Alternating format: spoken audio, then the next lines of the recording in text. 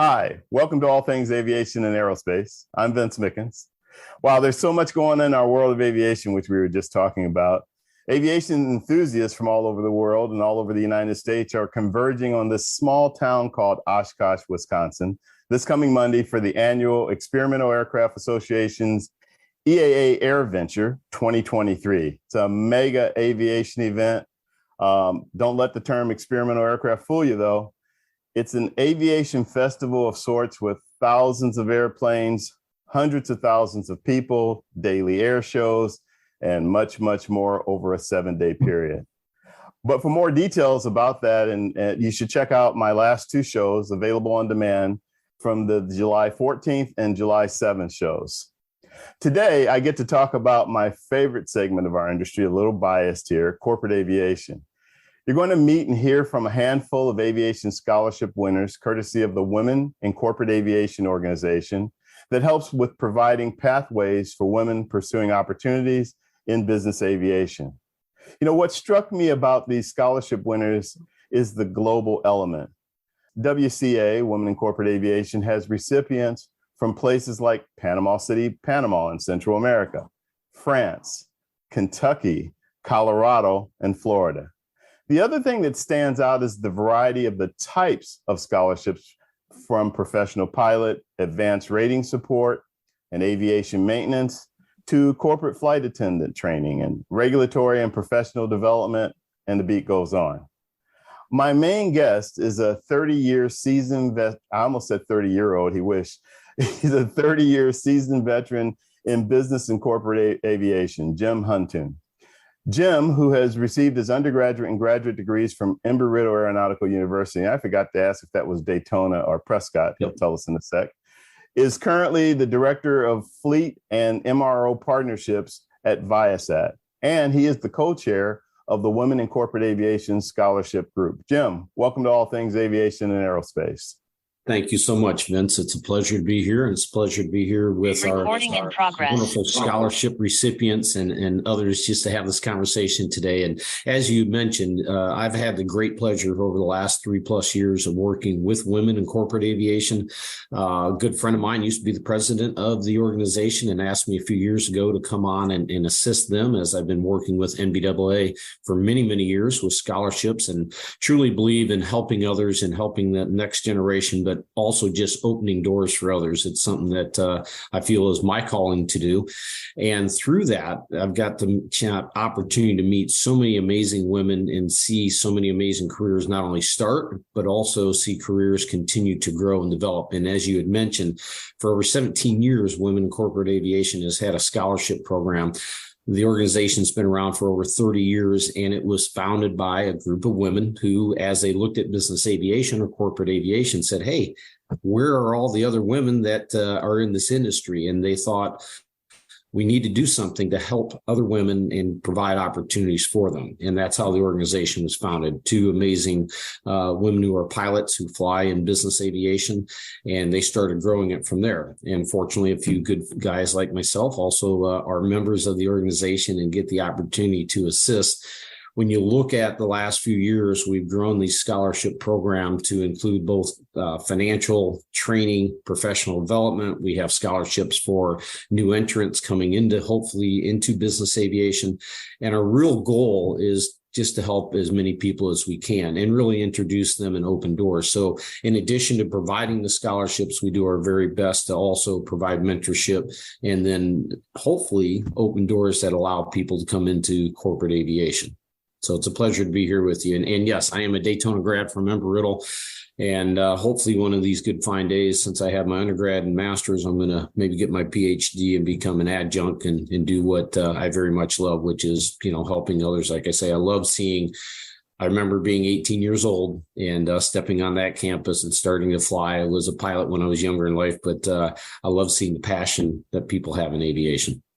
Back to you, Absolutely. Sir. Well, I wish you the best on the PhD. I think it's neat that they're one of only a few aviation universities that have a PhD program in the aviation sector. So that's pretty cool. Let me go ahead and introduce our scholarship recipient guests. I was able to snag 5 of them, and looking forward to having this conversation today with them. I'll start out with Tara Serocki. Tara is originally from Denver, Colorado. She's a certified flight instructor. We call them CFIs, but for those of you who may not be familiar with the terminology, certified flight instructor at Oklahoma State University. And she also flies a skydiver jump aircraft for skydivers. So I thought that was pretty cool. It's a nice way and a fun way to build time. We have Meagan Pravden. And Meagan, did I pronounce your last name right? Because I forgot to check. You did. You got it right on the first go, Vince. Cool. So Meagan is a corporate flight attendant with quite the resume, including being an NFL cheerleader and ambassador for the Tampa Bay Buccaneers. Not my team, but pretty cool anyhow. And then I know I'm going to really boggle this name, but I'm going to give it my best. Lorine Brouet. Was that close enough? That was close. That was good. Okay. Can you pronounce it for me? Lorine Brouet. Yeah, okay. So anyhow, Lorine is from France, if you couldn't tell already, but she got her inspiration to become a corporate flight attendant from her host parents. Her host dad is a corporate pilot, and her host mom is a corporate flight attendant. So that's about as inspired as you can get right there in your lap. So that's pretty cool. We'll talk to her about that in a little bit. And then we have Christina Estribi. Christina is a senior studying aviation management at the Florida Institute of Technology and Universidad Tecnológico in Panama. So we're really looking forward to hear what she has to say about that and talking with her some more. And last but not least, we have Pamela Rose. Pam, who is from Kentucky, is a corporate flight attendant after a long career in administrative support and as a professional realtor. Pam has trained at Flight Safety International, eFood Handler, and Air Care International. Ladies, welcome to All Things Aviation and Aerospace. Thank you. It's great. Don't be shy. None of you can be shy with some of the stuff that you guys have to do as an aviation career. But welcome to the show. It's really great to have you and really looking forward to the conversation. He kicked it off really well. So he covered a lot of areas, Jim did, with regard to women in corporate aviation. But Jim, I'm going to come back to you for just a second and ask you if you could expand a little bit about how you became interested in aviation and in terms of where you are now. Tell us a little bit about your career. Wow. 30 some years ago, I started my journey, if you will, at Embry-Riddle in Daytona Beach. Grew up in a small town in Michigan, even though I'm from Colorado and love my home state. But I had, like many of you, I had somebody else, a couple other people that inspired me. When I was growing up in this small town, I had two teachers that were pilots, one that actually went to Embry-Riddle as well. And when they found out that I had an interest, I mean, I'm talking a high school, I graduated with 33 people in my class, to give you an idea, a very, very small place. So these teachers were my teachers all the way from 7th grade almost through senior year. And they inspired me and said, hey, Jim, there's only one place you really need to look at, and that's Embry-Riddle. And that was kind of where it started. Nobody would know it today, but I was very much an introvert the better part of my entire young life. And that I'm a professional salesperson today and have been for 30 years. Saying that, though, it's I found my home in business aviation. I can't imagine doing anything else. I spent a lot of time at Embry-Riddle helping students there. I go to Lake Area Tech, literally out in the middle of a cornfield in Watertown, South Dakota, for that A&P school. I've made my living in the maintenance side of business aviation, although I'm not an A&P. I started out flying at Riddle and then flying next door. And, I've just, like I said, I've been blessed to find my passion in business aviation. And really, for me, being part of scholarships, not only with WCA, but with MBA as well, it's an opportunity to get to meet and find people like this. And really the best knowledge that I ever have, it's not knowledge that's inside of my head. It's really the trap of people. It's the connections that you make with people. It's the commonality. When you read the scholarships and essays, and I've said this before, it takes me back to when I was starting out my career, and you see the commonality of people, and honestly, you see the goodness in people that no matter what walk of life you're from or where you're from, you see common characteristics of people that you want to help and that you want to get to know. So, for myself, so far, 30 years, worked for Gulfstream Aerospace. I currently work for Viasat. I've been in connectivity about the last 15 plus years. and that's ever changing. You couldn't have 10 years ago, we wouldn't have been doing this Zoom call like this, right? We wouldn't be reaching an audience around the world and have the opportunity to do this. Today, we connect business aircraft, my current company, in the same way. Yeah, and I think it's very cool that we can have these Zoom calls like this and have somebody that's in France and somebody that's in Panama, et cetera. And we're all right here having this conversation. So the other thing I wanted to mention, too, is that I think it's really key that we are able to have organizations like Women in Corporate Aviation and some of the other ones, the MBAA, et cetera, that can bring us together in a networking fashion, as well as keep us up to date with what's going on in the industry. But for people that are entering the industry or advancing their way through the industry, organization like Women in Corporate Aviation is a great way to do that, to get involved, whether it's volunteering for a committee, attending some of the events, et cetera, and so forth. I think that there's a lot of value in that. You were talking about being shy. Jim, you and shy are not in the same sentence, but that's okay. I'm going to let you get away with it anyhow. Mm-hmm. But you brought up something, you touched on something that I also think is very important, and that is for younger people to realize that networking, which is a cliche of a word, but a very key one, but really getting to talk to people in the industry and becoming friends with them or acquaintances or whatever can be very valuable to your career. And in some aspects of the industry more than others, but generally speaking, it's just a really important thing to do. So I'm going to use that as my own segue to go to some of our scholarship recipients and talk about it. And I love this variety that we have, not just on the international flavor, but we have some that have made a career change, like Pam Rose. We have some that are just getting started on their professional pilot track, like Tara. And we have some that are interested in aviation management, like Christina, et cetera. So, all of you have different things. We have some like Lorine that was influenced by her host parents who happen to work in this industry. You don't get better influence than that, to tell you the truth. So I'm going to start out with Tara. And Tara, tell us a little bit about you and about your pursuit of what you want to do. Tell us about how you felt about winning this scholarship and what it means to you. Yeah, thank you. Excuse me, you'll have to kind of excuse my voice. So yeah, I'm a flight instructor and I also fly skydivers on the weekend. But my goal is to end up in corporate aviation.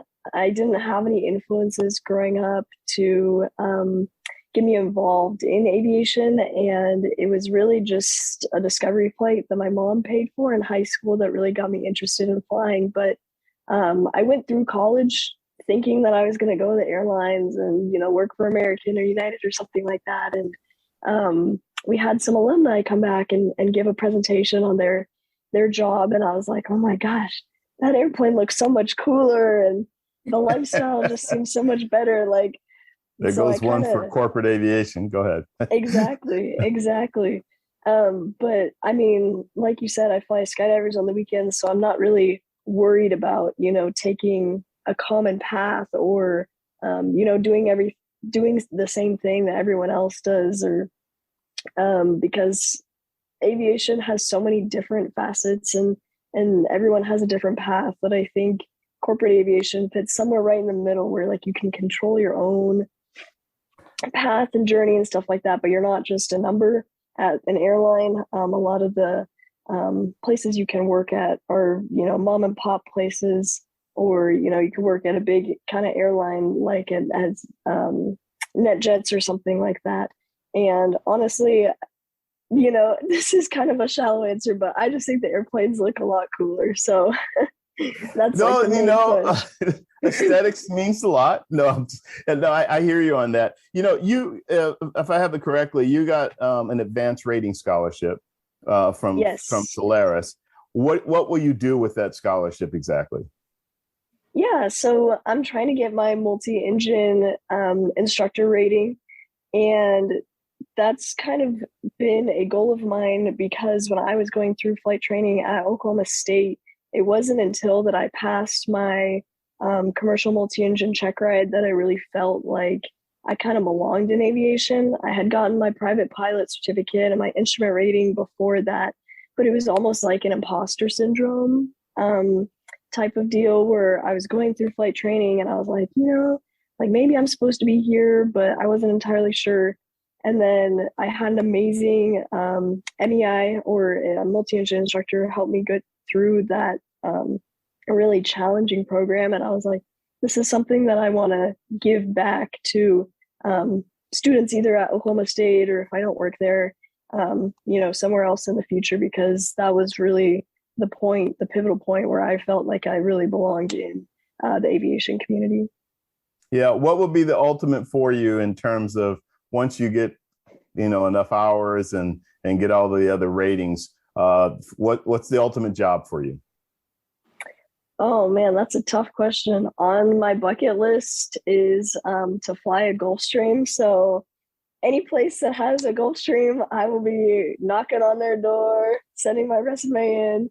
I don't have a specific place, but that's kind of the nice thing about like corporate aviation is you can kind of do whatever you want. So as of right now, I'm still kind of shopping around. I would like to go to NetJets. Maybe eventually they have I don't want to shamelessly plug them. I've done some research on them, but no, it's okay. Like a pretty good place to go. Yeah, well, in the business aviation world, they're one of the big players. So that's a good one for you. Absolutely a good one for you to look at. On the other end of things, we have Christina. Christina, you're at the very beginning of your career, and there's a couple of things that I'm really curious about. One is how you came about choosing aviation management, but then I probably should just ask you, how did aviation come into the picture for you, period? So tell us a little bit about your background, but I would like to know how you chose aviation management and what the scholarship is going to help you with. Hi, first, thanks a lot for inviting me. I'm thrilled to be a part of it. So right now I'm a senior student in aviation management at Florida Tech, as you mentioned, and Universidad Tecnológica de Panamá. It's like a double degree, and we came to like receive both of different countries about studies about USA professors and Panama professors. So it's a really interesting bachelor degree. And well, since my childhood, I have lived pretty close to our airport. So that's one of those things that made me be passionate about aviation. And I like to connect with people by participating in community groups that lead and inspire others to bring out their best from themselves. And I love culture, flying, languages, exploring planes, and what another career than aviation that puts all my passions together, which is like such a different perspective on how to see the world around us. And I'm currently working on an FBO here in Panama. It is called MAPIX. I don't know if you have heard about it, but it's like— Well, I have, because I know Panama, but go ahead. Yeah, it's like the first FBO here in Panama. It has 40 years old, actually. And I started there as a customer relations executive, where I was promoted after 7 months to be a business relations advisor next to the general manager, which is a pretty good different perspective of the company, which is like a pretty big company. It has like 5 or 6 companies inside of it. Every company, it's about private flights. Like we receive a lot of NetJets every day, and we receive a lot of people, VIP people, like singers that comes to hearing concerts in Panama, which is like a pretty amazing opportunity to maybe not to take a picture with them, but maybe to see them like, hey, and it's so exciting to see them pretty just close. To wave at them, huh? Yeah. Yeah, like hi. I commend you though for how you entered the business in the sense of willing to take a customer service position to get started. We, and Jim and I and others in the business, we advise people all the time to say, hey, take what you can to get inside so you can work your way up rather than trying to just work from the outside for a particular position. So for somebody being as young as you are to step in there, do customer service, and a short while later start telling me you're a business relations or advisory person, I'm like, okay, that's pretty significant, but it also supports what you're doing with your studies and it's going to pay off for you as you move further into the industry and things like that. So hats off for you to have that opportunity. Kind of a unique situation for you to be doing dual degree at the university there in Panama, and then also at Florida School of Technology. What's that been like for you to study in both realms? And you were mentioning that even the professors kind of trade back and forth. Yeah, they comes like twice a semester here, and they give you like 2 weeks straight, like one subject, and it's pretty great because I think that from like the studies from USA, it's so much better. They're like so much abroad and comparing with Panama, but it's pretty good because I remember that one of the professors, they taught us general aviation subject. And he was the one that told you like, hey, if you want to go and start in the aviation industry, go start on an FBO and maybe as a front desk or a customer is such a pretty way to start in the aviation industry. And I took that advice and I went right ahead to look for FBOs like, hey, I want to start in the aviation industry, and then do the interviews and everything. And it was pretty good to start. It's like a school work because everything that you learn in the college, you apply it here every day in the job. It's pretty good. Yeah. How did you find out about the Women in Corporate Aviation Scholarship? So I started to look for it maybe with that professor that I told you that he knows a lot of general aviation. He posted about it, but besides that, I was before an Iowa for the International Aviation Women's Association recipient too.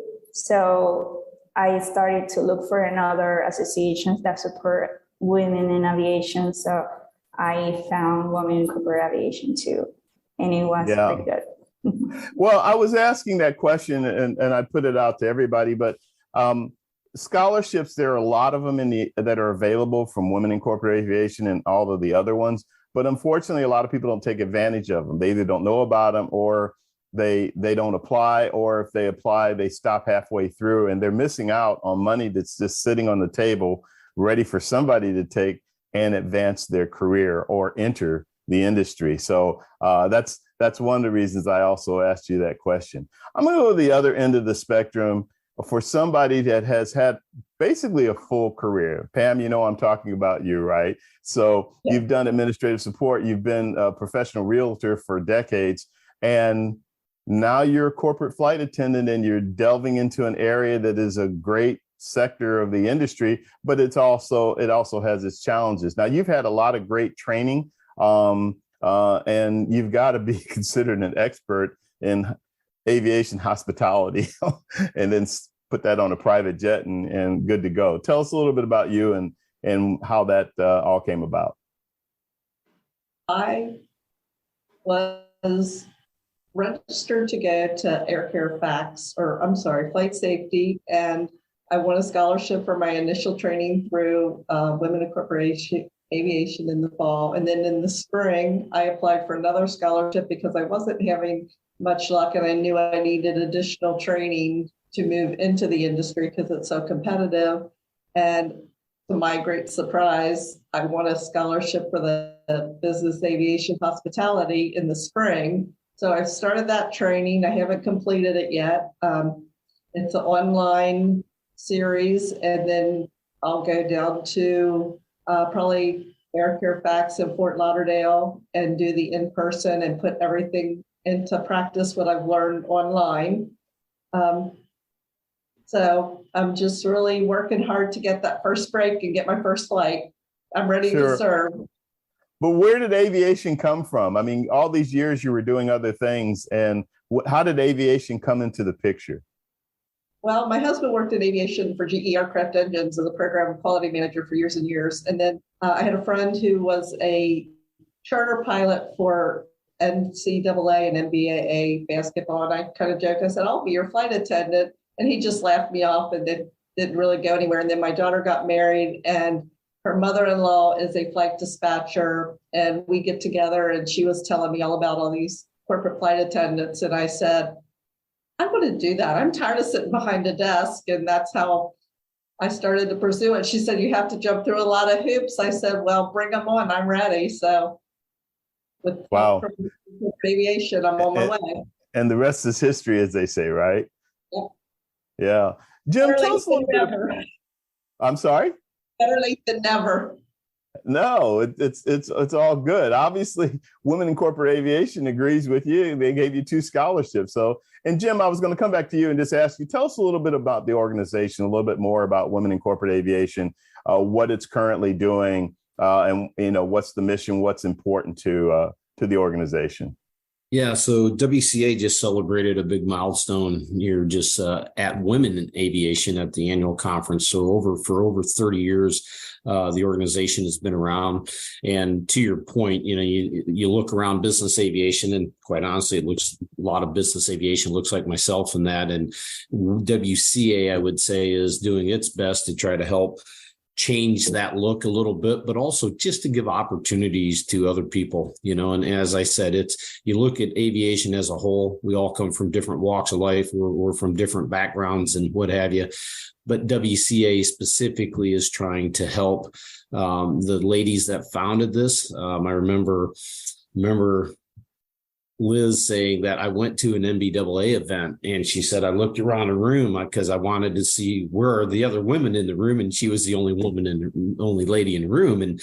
And she said, I got to help change that. I got to do something. She's a corporate pilot herself, the person that founded the organization with a couple others. And through that, they said, we need to be able to get together as a group of women, or we need to be able to help open doors. We need to actually show the opportunities that are out there for everybody. And that's kind of what, inspired them. This many years later, when you look at the group, our vice president is an international person. As you mentioned, our business aviation is a global entity. So there's people from all walks of the planet and all places on the planet that use business aviation and aircraft. Our membership is very diverse, I would say, in that, as we have people from literally everywhere around the world that are members. And again, kind of the common goal, this whole networking piece and the things that we're doing right here is really that goal, is to help other people. I can't say it. That's kind of simplistic to say it that way, but that is the reality, is that, this group of women, when they founded it, said, we want to help other women open those doors, break down the barriers, and actually come into business aviation, because it can provide an amazing career. And so that's what they did. And this many years later, they're still out there finding people like myself and others. When I put that I was the co-chair, I have a fantastic fellow chair that works as a technician. She was an Embry-Riddle grad on the maintenance side of the house, and she's currently a technician working in the Atlanta area. And, again, she's 20 some years old and working in business aviation on corporate aircraft. Tara, I love your fact. I worked for Gulfstream Aerospace for 10 years of my life. I think they are some of the most amazing aircraft ever built and continue to be. And we can help you with some of those opportunities that you mentioned. But it is about the networking piece, right? That's Tara's like, Women in call Corporate me Aviation afterwards. Yes, exactly. And you can do that. Yeah. But it is, WCA as a whole is out there trying to help serve others. I mean, that's at the end of the day, that's really Absolutely. what the organization is doing, trying to help others and really open the doors that maybe have been closed, for many years for other reasons. Absolutely. Meagan, you have been in a corporate flight attendant for a number of years, so you have quite a bit of experience. Tell us about your involvement with WCA and how the pursuit of a scholarship came about for you to advance your training in that sector of the industry. So thank you for having me. I've done a lot of flying, but I've actually only been in the industry about 13, 14 months. And to that, I say networking is everything. And everyone thinks that I've been in the industry a lot longer than I have, because I know a lot of people. I never turned down an opportunity to network in person. And I encourage anyone watching this or who will watch it later. I got a call to go down and meet some people with a management company. I got the call 12 hours before they needed me, 4 hours south in Florida. And I took that opportunity because it's so critical to me to take any opportunity to network, get my name out there. That's how I met Tim Kirkwood and Liz. So I attended MBAA my first 4 months in the industry, where I met a lot of now my mentors. I was, after some networking at MBAA, I was able to connect with Roxy, actually, who sits on the board for WCA, as well as Scott Arnold. And they invited me to be on a committee as a new to industry flight attendant to help throw the first flight attendant conference under the Sea Crew brand. And that's where I met Pam. So again, it's an incredible opportunity to get in the Facebook groups, get in the WhatsApps. I actually run regional WhatsApps for across the entire country. And my newest baby, which I haven't told anyone about, is actually, I have so many friends that are aspiring pilots that are current flight attendants that I would like to get WCA and some pilots involved in really helping flight attendants transition and understand what resources, what grants, what scholarships are out there for them. So stay tuned. I haven't launched it yet, but I really want to help bridge the gap because I'm actually a child of a Vietnam veteran and former pilot. My dad flew Hueys in Nam and is still with us, which we're very grateful for. And so he was kind of my inspiration of getting into the industry. And it's been really special because he is older to share this bond and this love of aviation with him now. So that's just I'm sure he's very excited. He is. He's thrilled and very proud. And he never, there were a lot of layoffs happening on the commercial side of things when he was trying to transition. So unfortunately, that wasn't a pathway that was open for him at the time. There were a lot of people being furloughed and laid off. So he never got to realize that dream, but he did, he was in the reserves for many years after he got out of the Army. So very proud of him and his, what he's done to serve our country, and definitely a really special bond that we now share, both being in aviation. So. Awesome. Lorine, we haven't forgotten about you, but you have an interest in becoming a corporate flight attendant, and I think you indicated on a kind of international scale. But how did this come about? Besides the influence of your host family, what made you, in particular, pick corporate flight attendant, and how did you get involved with women in corporate aviation? Okay, so I moved in the U.S.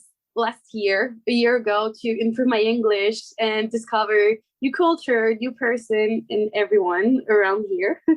So I became an au pair. So I was taking care of a little girl, and both of her parents are a pilot and flight attendant, and the entire family is working in aviation.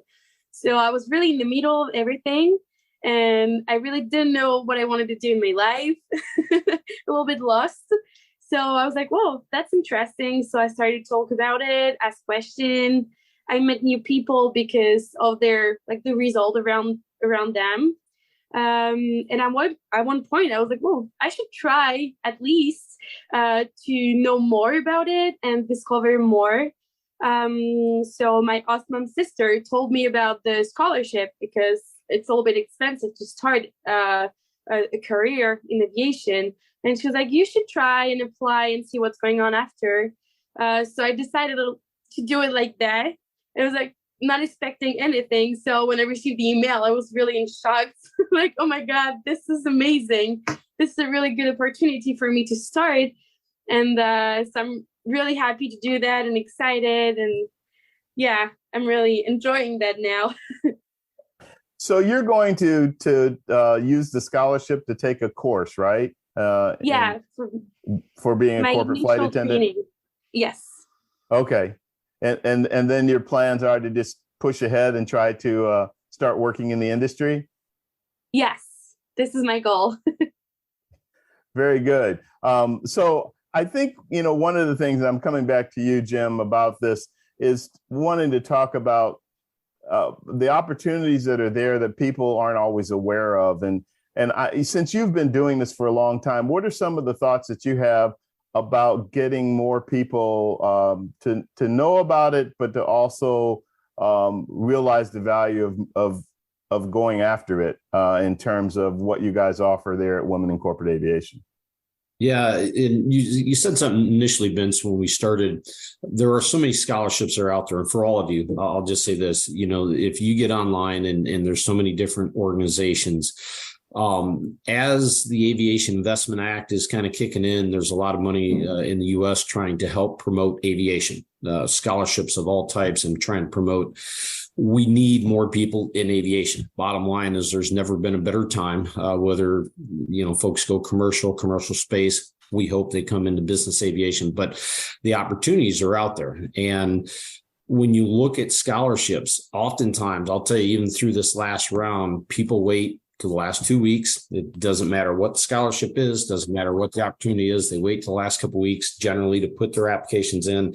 I thought we were going to have one of our smallest rounds ever. We ended up having more than 200 applications, which is phenomenal. It was great. And it is pretty amazing to me. The largest majority of the applications we get are from flight attendants. We have more scholarships for flight attendants, but we get more applications. So all of you who received those scholarships should be very proud of yourselves, because I can tell you the competition for those scholarships is incredible. And there's a lot of very deserving people, but just, I use LinkedIn. WCA certainly has, Stacy does a fantastic job for us, Stacy Everett, in pushing out to social media. But I also love using people like yourself that see the benefit, that go through a course, that hopefully meet the other people, and attending that first crew conference and meeting other people. That's kind of what, the networking piece of this. And you can never underestimate your opportunity when you meet somebody else, the doors they might open for you. And generally, the other thing that, when I go to Embry-Riddle or other places, I try to talk about, and I don't necessarily know that younger people really get it from me. Maybe I just don't relate with the right words. But we are willing, business aviation, corporate aviation people are willing, I think, to open doors and to go out of their way and do the right thing for others when nobody's looking. And I know a lot of people that fly in the airlines. I went to college with a lot of those, and I see just very different careers that they have. They have a job. I have a career. I have a passion. I have a network of people. I have so many amazing friends around the world, in essence, that are all from business aviation. They're people like yourselves that get blessed to have the opportunity to meet, to work with, sometimes, directly. And that's what WCA with these scholarships. So you can never underestimate, no matter what it is, the value, if it's financial, if it's a training course or whatever. Every one of those are worth their weight, because they can introduce you to other people. Even if the scholarship itself might be minimal, the networking piece that you get from being part of any of these organizations is fantastic. Yeah, I echo everything that you just said. And somebody brought up something earlier too. So we advocate a lot for business aviation because it's an industry that you don't hear enough about, and you don't realize the opportunities. It's automatic, and somebody touched on it earlier, that you think of airlines. Not poo-pooing the airlines. It's a great career, a great opportunity. And it's wide open right now in terms of those opportunities, but so is the business and corporate aviation side of the world. And in both instances, whether you're commercial or whether you're corporate, you can be a pilot, you can be a corporate flight attendant, you can be a mechanic, but there are a plethora of other opportunities that exist in it too. Christina, you talk about aviation management side in the FBO world and things like that, which I was going to ask you, Christina, after you finish all of your studies and everything, with the experience that you currently have, what do you think you want to do? What's your plan for your next step? Okay, so I really want to try to get like the chance to be on an international organization. Maybe they're doing like an internship to start. And after I finish my degree, but I really like the corporate aviation. I think that you have this close relationship with the customer that you might not get when you are on commercial. And I think I want to try to maybe open the chance to be here in the corporate aviation or try to in another like international organization to go outside of Panama. I will try. You're just looking for some air conditioning. No, so if anybody doesn't know, Panama stays hot. It's 24/7, 365 days a year, except at night. It gets down to like 75. Christina, I'm going to move to another area that I wanted to ask everybody about, and I'll start with you.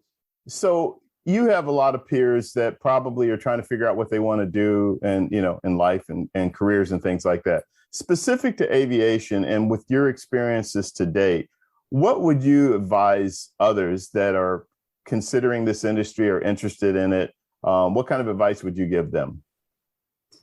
Okay, for example, in Panama, in my college, I think that not much of the people will know about corporate aviation. They just like focus on the only airline that is here in Panama. So I will advise them to try it in another companies to, if they want to start in this industry, maybe go start like an FBO, maybe with some authorities from the aviation, with these companies as IATA, ICAO, they give these internships opportunities and maybe some jobs that they're going to start in the industry. And they give like a lot of chance to be in the industry. So that would be my advice, like go abroad and maybe don't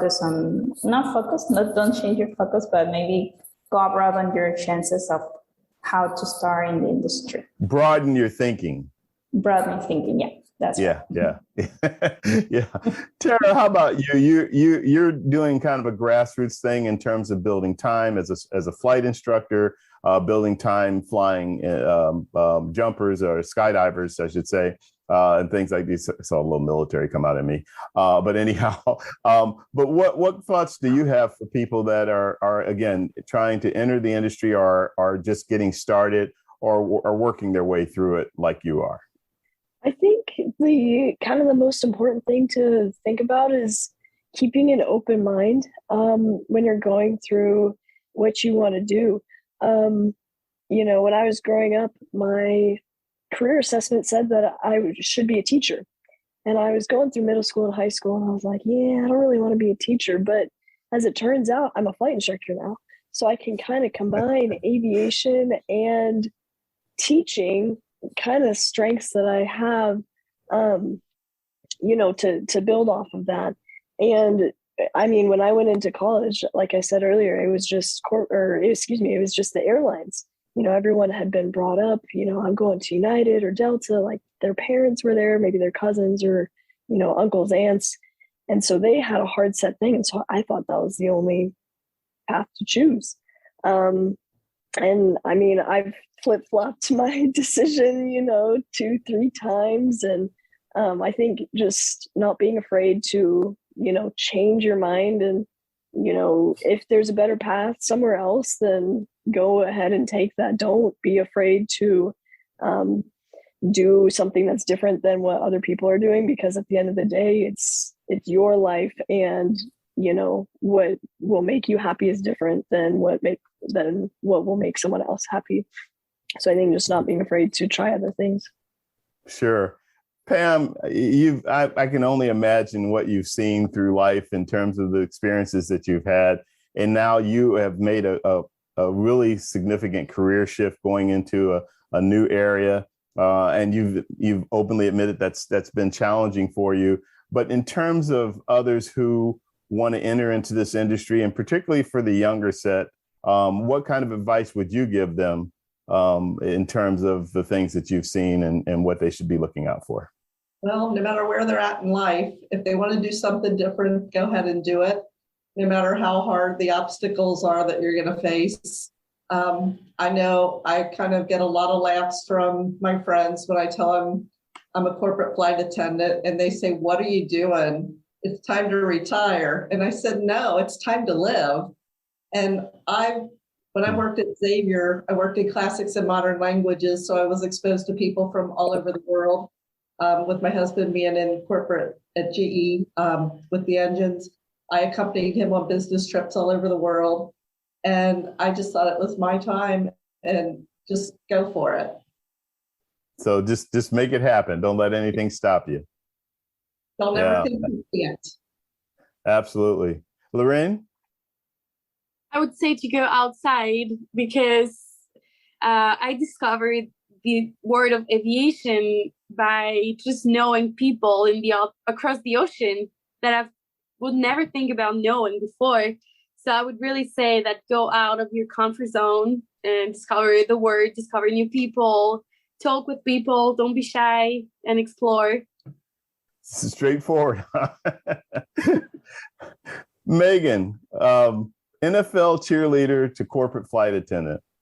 Recommendations, advice? Well, I actually know multiple NFL cheerleaders who are now corporate flight attendants, and they're all amazing at their job. There's a lot of reading the room, being around high net worth individuals. There were a lot of things that previous career, both as a performer and as an ambassador for an organization such as the NFL, that really prepares you. So I always say to anyone in that realm, I encourage, but it's not limited to that. I was in business development for a construction company who had 2 corporate jets, and I had a plateau in my career. I mean, I'm in my mid-30s and I just came into aviation last summer. So, similar as Pam, it's never too late to change your trajectory, change your life. I've never been happier, more fulfilled ever than coming into this career. Like, truly can't get goosebumps thinking about it. So I say it's scary. My mom thought I was insane. She's like, well, what happens if you pay for your initial training and you don't get a flight? And I was like, I'm betting on myself, Mom. I'm betting on myself. And that company that I quit gave me my first flight 4 days after initial training. So never burn a bridge, take a chance on yourself, bet on yourself, and network. Those are my biggest takeaways from this. And like I said, I'm still relatively new, but all those things are, I think, what has brought me here today. And I use those networking, the WhatsApp networking groups to promote the scholarships. So I hope that it influenced the spring scholarships. And I hope that it also helped with the number of applicants for the MBAA scholarships for the fall. So, I always encourage people, and now I get to be a recipient myself and say, hey, I took a few hours of my day and wrote an essay, and you can do it too. So I'm actually using my scholarship a month from yesterday down at Da Vinci with Miss Paula. So looking forward. Miss Paula. She's wonderful, yeah. And she has a wonderful operation down there. So hats off to you for that. Before I go to, I'm sorry, Jim? I wanted, as all of you just kind of kicked in something that was really, I think, great, and all of you have said it in different ways, but I have a daughter that's an aerospace engineer. She's literally a rocket scientist and very proud dad. Watching this young lady go through aerospace engineering school at Embry-Riddle, working, put the first billionaire in space for Richard Branson, and she was on the comms for the rocket and she works in that today. She is getting ready. And she told me just about a month ago, she said, Dad, I've got something I need to talk to you about. I'm like, okay. She goes, I think I'm going to leave aviation and I want to go be a nurse. And I went, wow, okay. But to what all of you have just said, she's an amazing person. I have no doubt she'll do it and be very successful, but it's never too late in life. I've said, Madison, if you haven't learned anything from your dad through this many years, you have to find your passion. You find what makes you happy, and you'll be able to help and do good things with other people. And that's what I hear from all of you as well, right? Like, you have to, it doesn't matter what I think you should do, or it doesn't matter what somebody else thinks you should do. You're all a great example of the fact that you're finding what you want to do in life, and you'll be very successful at it because it will come out in your everyday work. It'll come out with other people around you in that. And I think it's great. And I just wanted to share that because, like I said, my own daughter, very much the same way, as a brilliant aerospace engineer. And it's like, nope, Dad, I'm going to go do something else. And as I told her, I said, you never know, Madison, as we start colonizing out into space, you're an aerospace engineer that's been working on rockets, you may be able to take that nursing degree and combine them together and go to space as a rocket engineer that's a nurse or something. Who knows? So sorry, Vince, I didn't mean to derail, but I just wanted to share that. No, that's a great point that you make. She may circle back because there are a lot of opportunities. It's something I like to talk about frequently, and that is that whatever your skill set is, it can be applicable in our industry. And telling a very brief story, I did a show with Pittsburgh Institute of Aeronautics where they train for A&P and things like that. And there was a young lady that was a guest on the show, a student who was about to graduate after 2 years, and then it was getting her FAA certification to be an A&P. And she sent me an email a couple of weeks after the show and said she had been hired by SpaceX. Yep. And I thought it was cool, but I thought, wait a minute, SpaceX hires A&Ps? Absolutely. It makes sense when you think about it, but you don't think about things like that. So point well taken. Or the guys coming back from the International Space Station, somebody in medicine has to look at them and examine them and all of those kind of things too, going back to the medical side of things. What I was getting ready to say, and I was going to go to you afterwards, Jim, but what I was getting ready to say, coming back to something that Meagan brought up and that we've talked about a little bit throughout the show, and that's going back to the scholarships. Yes, we're talking about women in corporate aviation scholarships and the recipients, and applaud all of you who were recipients of it and have had it's enhanced your opportunities. But there are scholarships available with most of the alphabets, most of the associations. So MBAA, AOPA, Women in Corporate Aviation, GAMA, all of them have different scholarship programs that are available, as I said earlier, that are just sitting on the table waiting for people to apply. And to a point that Jim made, sometimes people are last minute about it, but also the point that I was trying to make is sometimes people either don't think, they make their own call about themselves and say, well, I'm probably not going to get it. Or one of you had said you were surprised when you got the email. So you applied, but you really didn't have a lot of confidence that you were going to get it. But you'd be surprised at how many of you or how many that are out there that are interested are qualified or will have the opportunity to get something. A lot of scholarship money at the end of the year is put back in the bank or held in the bank for the next year because they weren't able to give it all away. So heck of a problem to have, but a realistic one. So Jim, you were going to say something to that? Yeah, just as you look, the advice that we give, and certainly on our award ceremony, always you have other professionals that you work with, always get another set of eyes, never be afraid to apply for any of these. Vince is right. There's actually times where there's certain scholarships where we have one or two people apply, even with WCA, but certainly with MBAA, AEA, AOPA. There's so many opportunities for not only training, professional development, and everything else. So get other people to take a look at your essay, get other people that you trust when, you have those reference letters. Think about that. And I always say, if you're going to write one for somebody else, what are the attributes that you would say that other people who may not ever meet you or meet that person would go, wow, this is a great person. This is a very deserving person, right? And the more sets of eyes you can put on that stuff, the better you'll come across, the more that you'll increase your chance. But, be willing to help others as they struggle. A lot of times we see the applications come through in the resumes, as well as the essays, and you can tell probably somebody hasn't written one of these in a long time, and you want to reach out. And I often do. I've talked to many of you on this, as well as other recipients in the past, about what should go into these, because people are just looking for some guidance and some help. So be willing to apply anywhere and everywhere, but also put your best foot forward when you have the opportunity. Yeah, thanks for mentioning that. And thanks for mentioning the other two associations that I neglected to mention. And there's so many. There's AAAE, there's ATCA. All of them have scholarships that they give out, and they are looking for the recipients, to apply. The candidates to apply. So it's out there. As we kind of wrap things up, I just wanted to see if anyone else, if anything, thoughts were triggered as we close this out from any of you that have any final comments to make. I think I'll talk really quick. I think the hardest thing getting into aviation is, at least when I was trying to get in, people always told me to network and, reach out and branch out. And I'm a little introverted myself, and I found that was really tough.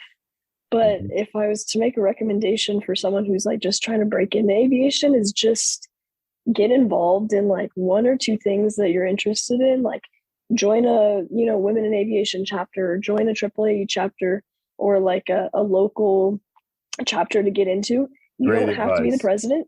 You don't have to be a chairman. You could sit in the back of the room and just like going and just showing that initiative will eventually lead you to more opportunities. Because I think a lot of people really are like, well, I need to be the best. I need to be the president immediately. And it's like, no, you can see if you like it first. If you don't even like it, then you can leave. And then if you do like it, join a committee.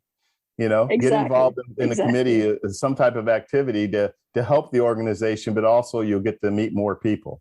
So, and I'll piggyback off of that and say, try to go to whatever aviation event you can too, whether it's a regional, a national, whatever the case may be, like the big one coming up next week, although that's just the aviation festival of the world. But any aviation event is a great place to meet people and learn more about the industry, and possibly meet somebody that can help you in the industry. So anybody else want to chime in? We have about 2 minutes left. Everybody else is like, no. I was going to say, Meagan, the one I'll have to talk to you separately, but I'd be very curious. There's a good chance I think I might know the construction or the outfit with the aircraft you were talking about before. And that's the one thing that everybody, you don't realize. Business aviation is all around us at all times. You're talking about, NFL owners that all own corporate aircraft. You're talking about teams that use, different types of VVIP transport. You're talking about the glass, or I see you drinking a Coke, I think, Terry. And of course, I work with Big Coke and I work with Little Coke, both in Atlanta and the Carolinas. But business aviation and everything that you drive, use, or something else, I could find you a business aircraft that's tied to it somewhere. So it's in all of our lives every day. Most people just don't see it or, time together. So, well, you drive past an airport and you see white hangars with no names on them. And most people don't realize that most of those are corporate aviation hangars. And there's a reason, by the way, from a security standpoint, et cetera, that they don't blast where their airplanes are hanging out and things like that. Security and competition, I should say. Hey, listen, everybody, it's been great to have you on. Congratulations to all of you winning those scholarships. I wish all of you the very best with your careers, whether you're on the early starting in like Christina, or you're shifting gears like Pam, or somewhere in between. I think it's great, all of what you're doing. It's great for our industry. And something that Jim said earlier, our industry is wide open right now. There is opportunity galore everywhere in any aspect of it, both on the aviation, aerospace side, business and corporate aviation, commercial side. If you want to do something in aviation, I'm sure you can find it if you try hard enough. So, but thank you, everybody, for joining the show. Really appreciate the opportunity to have you guys on board. Thank you, Vince. Very much appreciate you putting this together, and WCA on behalf of all the leadership there. Thank you for bringing this group of our scholarship recipients together. Absolutely. All Things Aviation and Aerospace video podcast is a presentation of Private Air Media Group and is available to watch on via my Private Air Media channel on demand via my Private Air Media channels, YouTube, LinkedIn Live, Facebook Live, and it's also available in the audio only version on Spotify, Apple, or wherever you choose to listen to your podcast. As I mentioned, I will be at EAA AirVenture at Whitman Regional Airport in Oshkosh, Wisconsin next week, with 650,000 of my closest aviation enthusiasts, 10,000 aircraft, thousands of campers. We'll be checking out 800 plus exhibitors and 1,400 aviation STEM-oriented forums and workshops. And I will also be doing my show from the EAA Youth Education Center there next week. So looking forward to that. And I hope to see you guys there. But until then, please take care, stay safe flying if you're a pilot like me, and blue skies.